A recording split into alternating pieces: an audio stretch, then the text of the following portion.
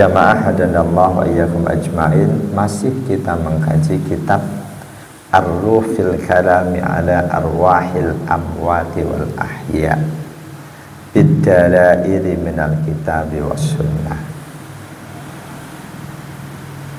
Kitab Ar-Ruh yang membicarakan tentang ruh orang-orang yang telah mati dan yang masih hidup berdasarkan dalil-dalil dari Alkitab dan As-Sunnah. Ditulis oleh Imam Muhammad bin Abi Bakar bin Ayyub bin Sa'ad Samsuddin bin Qayyim Al-Jauziyah, lebih dikenal dengan sebutan Ibnul Qayyim Al-Jauziyah, wafat tahun 751 Hijriyah. Masih dalam bab apakah ruh orang yang telah mati dengan orang-orang yang masih hidup bisa bertemu. Beliau penulis mengisahkan informasi-informasi dari salafus soleh, bagaimana beliau-beliau yang masih hidup mimpi bertemu dengan yang sudah wafat. Sekaligus dalam mimpi itu enggak sekedar mimpi melihat habis itu sudah, tapi terjadi percakapan yang semua percakapan itu tidak keluar dari syariat, dan itu menunjukkan bahwa mimpi itu bukan antara ruh yang hidup dengan setan.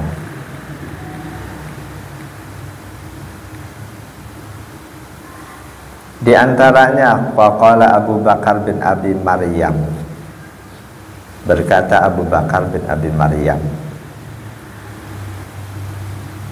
ra'aitu Wafa bin Bishr ba'da mautihi, aku melihat Wafa bin Bishr sesudah dia mati, maksudnya dalam mimpi.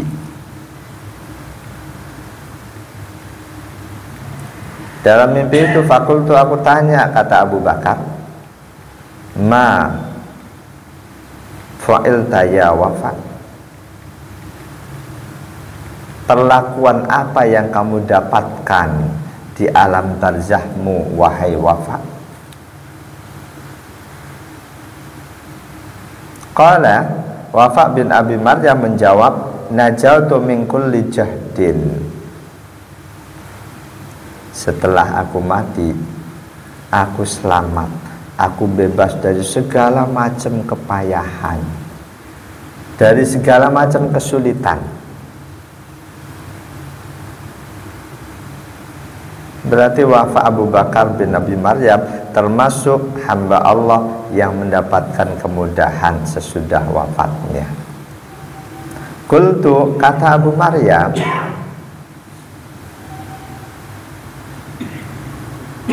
fa'ayyul a'mali wajadtumuha afdal, dari sekian banyak jenis amal ibadahmu yang mana yang kamu dapatkan itu paling utama dari sisi balasannya? Kalau amaliyahnya sholat jelas lebih utama dibanding yang lain. Ketika kita kerjain sholat tidak khusyuk, lain waktu kita sedekah cuma sedikit tapi ikhlas banget, kira-kira balasannya mana lebih baik? Sedekah lebih baik. Meskipun secara amaliyah sholat jelas lebih tinggi nilainya dibanding sedekah. Nah, itu pertanyaan-pertanyaan serupa ini seperti yang kemarin-kemarin. Amalan ibadahmu, amal ibadahmu yang manakah yang kamu dapati paling afdol? Yang dimaksud dari pertanyaan ini dari sisi balasan yang diterima. Qala Wafa bin Bishr menjawab, al-buka'u min khasyatillahi azza wa jalla. Dari sekian banyak amal soleh beliau selama hidup, yang mendapatkan balasan paling utama ternyata menangis karena takut Allah Ta'ala. Al-buka'u min khasyatillahi azza wa jalla. Menangis karena Allah, karena takut kepada Allah. Boleh jadi saat itu, saat beliau hidup, menangisnya ini benar-benar menangis karena Allah, karena sadar dosanya banyak, ibadahnya nggak istimewa. Sementara beliau sudah tahu ancaman Allah buat mereka yang ibadahnya salah-salah, buat mereka yang banyak maksiat, yang karena itu beliau pun takut. Ternyata ketika beliau wafat, menangisnya beliau takut karena Allah menjadi amalan yang balasannya paling afdol. Jamaah dan Allah wa iyyakum ajma'in. Menangis takut pada Allah menjadi amalan yang dibalas dengan balasan paling afdol bagi beliau. Tidak tertutup kemungkinan itu pun bisa terjadi buat kita. Ada satu hadis sahih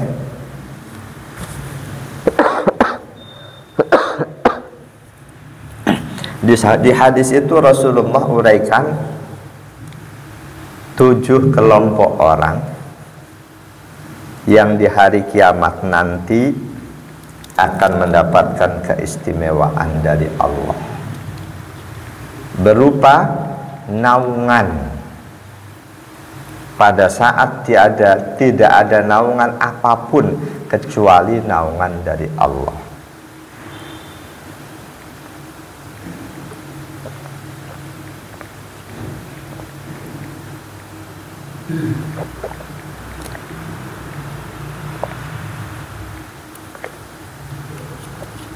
Salah satu dari 7 orang itu adalah orang yang selalu ingat Allah, zikir pada Allah, lalu mengucurlah air mata, menangis, ingat Allah, ingat bagaimana siksaan Allah itu sangat keras, lalu ingat betapa dirinya masih banyak teledor dalam melaksanakan perintah-perintah Allah. Selengkapnya hadis itu an Abi Hurairah radhiyallahu anhu, dari Abu Hurairah radhiyallahu anhu, an Nabi sallallahu alaihi wasallam, dari Nabi sallallahu alaihi wasallam, qal, bersabda Nabi, sab'atun yudilluhumullah yauma la dhilla illa dhilluh. Ada 7 kelompok orang yang akan diberi naungan oleh Allah di hari kiamat nanti, di saat tidak ada naungan dari siapapun kecuali naungan Allah. Ada 7 kelompok orang. Yang pertama, di semua riwayat hadis nomor 1 ini sama, enggak ganti-ganti. Imamun adilun, imam yang adil, pemimpin yang adil. Ini mahal banget ini. Menjadi pemimpin yang adil itu bukan sesuatu yang mudah. Nah, itu pemimpin yang adil di hadis ini ditempatkan oleh Rasul lebih tinggi dibanding nomor 2, 3, 4, 5, 6, 7. Di mana nomor 2 sampai 7 juga bukan sesuatu yang mudah. Tapi pemimpin yang adil ditempatkan di tempat pertama sebagai orang yang akan mendapatkan naungan dari Allah di hari kiamat, pada saat tidak ada naungan lain kecuali naungan Allah. Itu kalau kita pengen jadi pemimpin, bercita-citalah menjadi pemimpin yang adil. Adil nggak cuma buat rakyatnya yang muslim, tapi buat seluruh rakyat, baik muslim ataupun non muslim.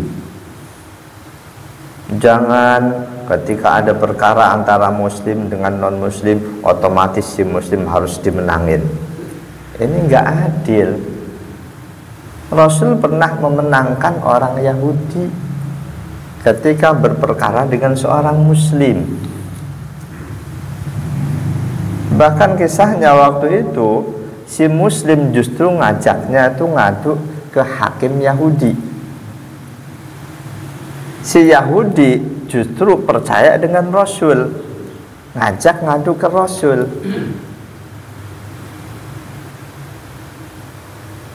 Karena si Yahudi lebih ngotot, akhirnya si muslim nurut. Di hadapan Rasul, kedua orang itu suruh jelasin duduk perkaranya.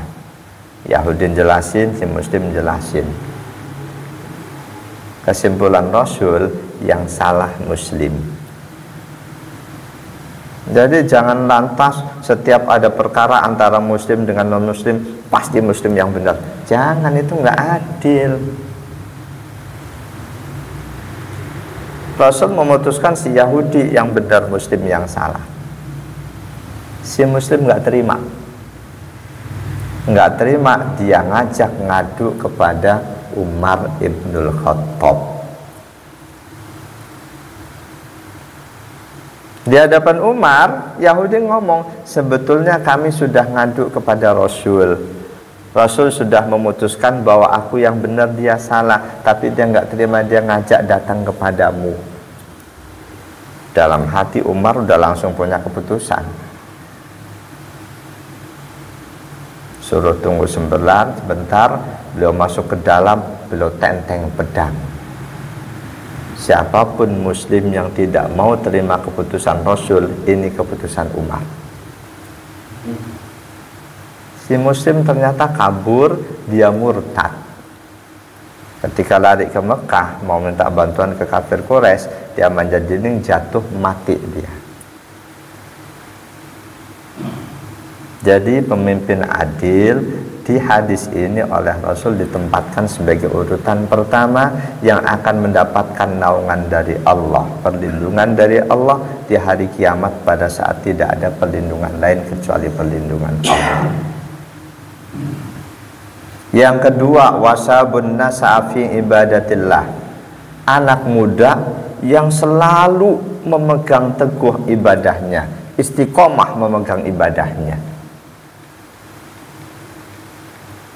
Banyak jamaah saya di sana yang sudah sepuh-sepuh itu jujur baru ibadah rajin setelah pensiun.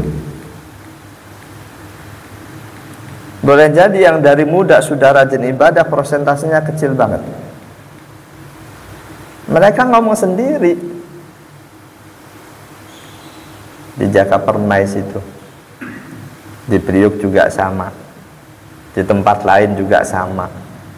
Mereka jujur, Pak Ustadz, kita tuh baru jalanin Islam setelah mau pensiun. Seorang muslim yang dari muda sudah istiqomah dengan ibadahnya, itu di hari kiamat akan mendapatkan perlindungan Allah, naungan Allah. Pada saat tidak ada naungan lain kecuali naungan Allah, mereka sebagai pihak kedua, kelompok kedua sesudah memimpin yang adil. Karena itu, kalau ada orang tua rajin ibadah dari muda, nggak cuma di awal tuanya, dari muda sudah rajin ibadah, itu salah satu orang yang oleh Rasulullah kita diperintahkan untuk hormat padanya, takdim padanya. Yang ketiga, wa rajulun dzakarallaha fi khala'in fafadat aina. Seseorang yang dia menyendiri, dia merenung, dia muhasabah, dia ingat Allah, Allah Maha Agung, Allah Maha Indah, Maha Mulia. Lalu dia ingat ternyata Allah Maha Indah, tapi kok ibadahnya, perilakunya sebagai muslim belum indah. Dia takut, dia malu. Saking malunya keluar air mata, nangis. Saking takutnya keluar air mata. Ini orang yang seperti ini juga akan mendapatkan perlindungan oleh Allah di hari kiamat sebagai kelompok ketiga. Lalu kelompok keempat, wa rajulun qalbuhu mu'allaqun bil masjid. Orang yang hatinya sudah tergantung dengan masjid, terikat dengan masjid, selalu ingin ke masjid.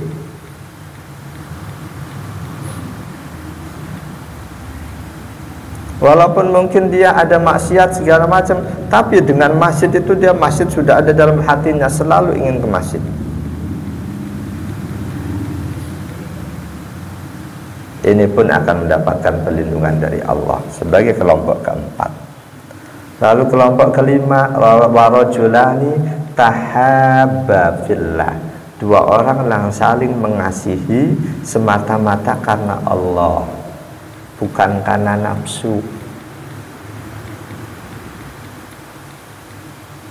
Suami istri saling mencintai karena Allah, bukan karena nafsu. Ini jadi kelompok kelima yang akan diselamatkan oleh Allah.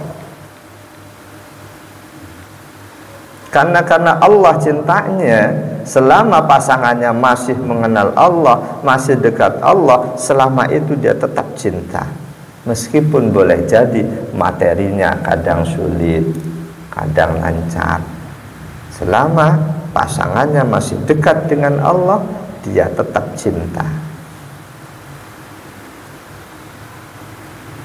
Akan diselamatkan oleh Allah sebagai kelompok kelima. Kelompok keenam, warajulun da'athu imra'atun datu mansibin wa jamalin ila nafsiha qala inni akhafullah. Seorang laki-laki yang sangat tergila-gila dengan seorang wanita, saking cantiknya. Si wanita mensyaratkan dibawain emas sekian kilo. Si laki-laki memaksakan diri untuk kerja supaya mendapatkan itu. Ketika sudah dapat, dia bawa berduaan dengan si wanita.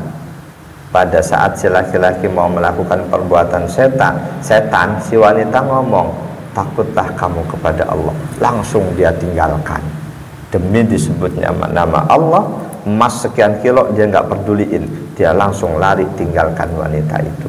Orang seperti ini berarti dia sangat mengagungkan Allah lebih dari harta benda. Itu pun akan diberi perlindungan oleh Allah di hari kiamat sebagai pihak yang keenam. Dan pihak yang ketujuh, warajulun tasaddaqa bisadaqatin fa akhfaha hatta la ta'lama shimaluhu ma sana'at yaminu. Seseorang yang sedekah sembunyi-sembunyi, saking tersembunyinya sedekahnya, seolah-olah tangan kanan ngasih, tangan kiri nggak tahu, apalagi orang lain. Ini bahasa kiasan, saking tersembunyinya, saking tersembunyinya sedekahnya. Ini orang yang ikhlas bersedekah, betul-betul ikhlas, nanti akan menjadi kelompok terakhir, kelompok ketujuh yang akan diberi perlindungan oleh Allah di hari kiamat nanti, di saat tidak ada perlindungan lain.